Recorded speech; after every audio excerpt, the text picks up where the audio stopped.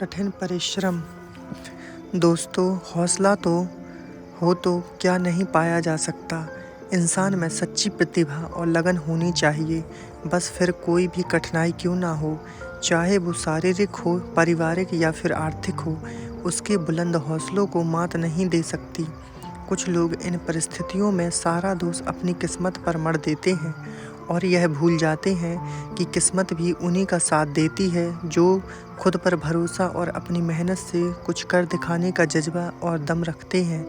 यहाँ हम बात कर रहे हैं ऐसे ही हौसले की मिसाल और उनकी सफलता की कहानी श्रीकांत बोला की, जिसने अपने जज्बे को कायम रखा और अपनी मंजिल को पाने का केवल रास्ता ही नहीं बनाया और उसे हासिल भी किया। हैदराबाद के श्रीकांत भोला, जो कि बचपन से ही ब्लाइंड है, पढ़ने में काफ़ी होशियार थे और पढ़ने का खूब शौक़ था।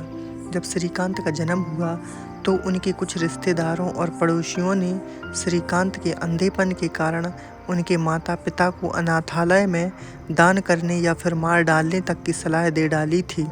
आज मात्र 24 वर्ष के श्रीकांत बोला 80 करोड़ रुपए की consumer food packaging company Boland industries के सीईओ के पद पर नियुक्त हैं। उन्होंने यह कंज्यूमर फूड पैकेजिंग कंपनी बनाकर कई लोगों के लिए एक मिसाल कायम की है।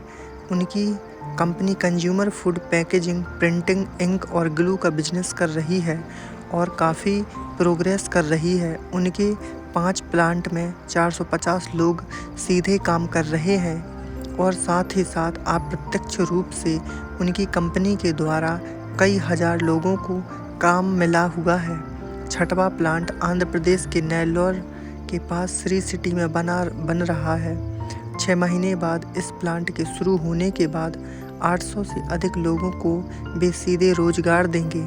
ये हुई सीधे रोजगार की बात, लेकिन उनकी कंपनी से 8000 से अधिक लोगों को रोजगार मिलेगा।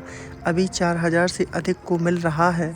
उसकी कंपनी की खास बात यह है कि कंपनी में उनके जैसे दृष्टिहीन और आसक्त लोगों की संख्या 60 से 70% है।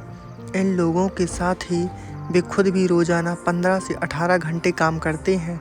श्रीकांत के माता पिता ने समाज की बातों को ठुकराते हुए उनको पाला और बेहतर शिक्षा भी उपलब्ध करवाई। बावजूद इसके कि उनके परिवार की मासिक आय 1600 रुपये प्रति महीना थी, जो कि ज़रूरतों के अनुसार बहुत कम थी, और उनकी यह कोशिश रंग लाई। परिवार की आर्थिक स्थिति ठीक ना होने के बावजूद श्रीकांत ने 10वीं अच्छे मार्क्स से पास किए। उनकी दृष्टिहीनता के कारण बचपन से ही उसने समाज द्वारा भेदभाव किया गया। श्रीकांत बोला के अनुसार स्कूल में कोई भी मेरी मौजूदगी को स्वीकार नहीं करता था। मुझे हमेशा कक्षा के अंतिम बेंच पर बैठाया जाता था।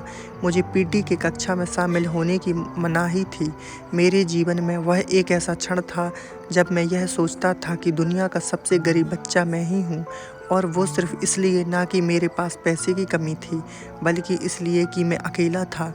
उनकी मुश्किलें यहीं ख़त्म नहीं हुई। उनके जीवन में फैला अंधेरा हर वक्त उनके आड़े आ रहा था।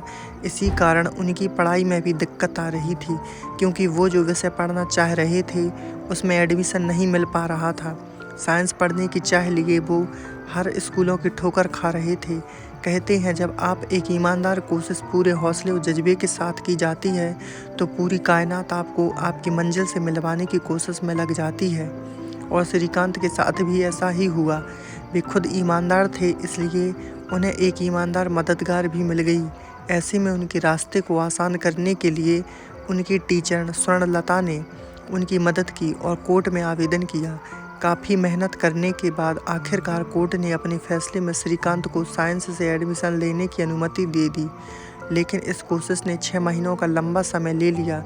एग्ज़ाम नज़दीक आ गए। इसके लिए उनकी टीचर ने पूरे नोट्स का ऑडियो अपनी आवाज़ में बनाकर उन्हें दिया। एक टीचर की मेहनत उस समय रंग लाई जब परीक्षा में उन्हें 98% मार्क्स मिले। वे साइंस विषय से 11वीं करने वाले देश के पहले दृष्टिहीन बने। यहाँ से हिम्मत और बढ़ी और श्रीकांत ने दुनिया के सर्वश्रेष्ठ संस्थान में पढ़ने की ठानी। श्रीकांत बोला ने साल 2009 में IIT में प्रवेश लिया। परीक्षा दी, लेकिन उन्हें सफलता नहीं मिली। उनका आवेदन यह कहकर लौटा दिया गया दिया कि आप दृष्टिहीन हैं, इसलिए आप आईआईटी की प्रतियोगी में परीक्षा में नहीं बैठ सकते। उसके बाद श्रीकांत बोला ने आगे के रास्ते को बड़े ध्यान से पूर्वक चुना और इंटरनेट के माध्यम से यह पता लगाने का प्रयास करने लगी कि क्या उनके जैसे लड़कों के लिए कोई इंजीनियरिंग प्रोग्राम्स उपलब्ध हैं। इसी क्रम में उन्हें मैसाचुसेट्स इंस्टीट्यूट ऑफ टेक्नोलॉजी में प्रवेश मिल ही गया। इसी के साथ ही श्रीकांत देश के पहले और एमआईटी के पहले गैर अमेरिकी ब्लाइंड स्टूडेंट बने जिन्होंने एमआईटी से शिक्षा प्राप्त की। यहाँ 2009 से 2013-14 तक श्रीकांत पढ़े और ग्रेजुएट हुए। एमआईटी से लंबा अवकाश लेकर अपना कारोबार वर्ष 2012 के अंत में कुल 8 लोगों के साथ श्रीकांत ने हैदराबाद में अपनी कंपनी की शुरुआत की। श्रीकांत ने लोगों के खाने पीने की सामान की पैकिंग के लिए कंज्यूमर फूड पैकेजिंग कंपनी का गठन किया। उनकी कंपनी आंध्र प्रदेश, तेलंगाना और कर्नाटक में मैन्युफैक्चरिंग इकाइयों के साथ मिलकर प्राकृतिक पत्ती और बेकार कागज को फिर से उपयोग में लाकर पर्यावरण के अनुकूल डिस्पोजेबल पैकेजिंग का निर्माण करती है। इस कंपनी की शुरुआत श्रीकांत ने 8 लोगों की एक टीम से की। बिजनेस शुरू करने के लिए उनके पास पूंजी बहुत कम थी। इसमें उनकी टीचर स्वर्णलता ने अपने गहने गिरवी रखकर उन्हें पैसे दिए। उन्होंने इस कंपनी में सबसे पहले आसपास के बेरोजगार लोगों को जोड़ा, जिसमें श्रीकांत ने ब्लाइंड लोगों को काम दिया। जब श्रीकांत की कंपनी अच्छी रफ्तार पकड़ने लगी तो फंडिंग की प्रॉब्लम आना शुरू हुई, लेकिन श्रीकांत जिद्दी थे और इससे पीछे हटने वाले नहीं थे। उन्होंने कई फंडिंग कंपनियों से और निजी बैंकों से फंड जुटाकर अपने काम को आगे बढ़ाया और फर्श से अर्श तक सफ़र तय किया। श्रीकांत के साहस को सलाम करते हुए रतन टाटा ने उनकी कंपनी में इन्वेस्ट किया है। हालांकि रतन टाटा ने यह डिस्क्लोज नहीं किया है कि उन्होंने बोला कि कंपनी में कितनी पैसे इन्वेस्ट किया है। श्रीकांत की कंपनी के बोर्ड में पीपल कैपिटल के श्री निवाजू, डॉक्टर रेड्डी लैबोरेटरीज के सतीश रेड्डी और रवि मंथा जैसे बड़े दिग्गज शामिल हैं। पूर्व राष्ट्रपति एपीजे अब्दुल कलाम को अपना रोल मॉडल मानने वाले श्रीकांत बोला उनके साथ लीड इंडिया प्रोजेक्ट में काम भी कर चुके हैं। श्रीकांत बोला शतरंज और क्रिकेट जैसे खेलों के भी दृष्टिहीन श्रेणी के राष्ट्रीय खिलाड़ी रहे हैं। हाल ही में उन्हें ब्रिटेन के यूथ बिजनेस इंटरनेशनल ऑर्गेनाइजेशन ने best social enterprises of globe का अवार्ड दिया है। श्रीकांत कहते हैं कि जब सारी दुनिया उनसे कहती थी कि वह कुछ नहीं कर सकते, वह उनसे कहते थे कि वह सब कुछ कर सकते हैं। और आज जिस मुकाम पर श्रीकांत हैं, उन्होंने अपनी इस बात को साकार भी कर दिखाया है। अगर आपको अपनी ज़िंदगी की जंग जीतनी है तो याद रखें, सबसे बुरे समय में धैर्य बनाकर रखने से और लगातार प्रयास करने से सफलता जरूर मिलेगी। धन्यवाद दोस्तों।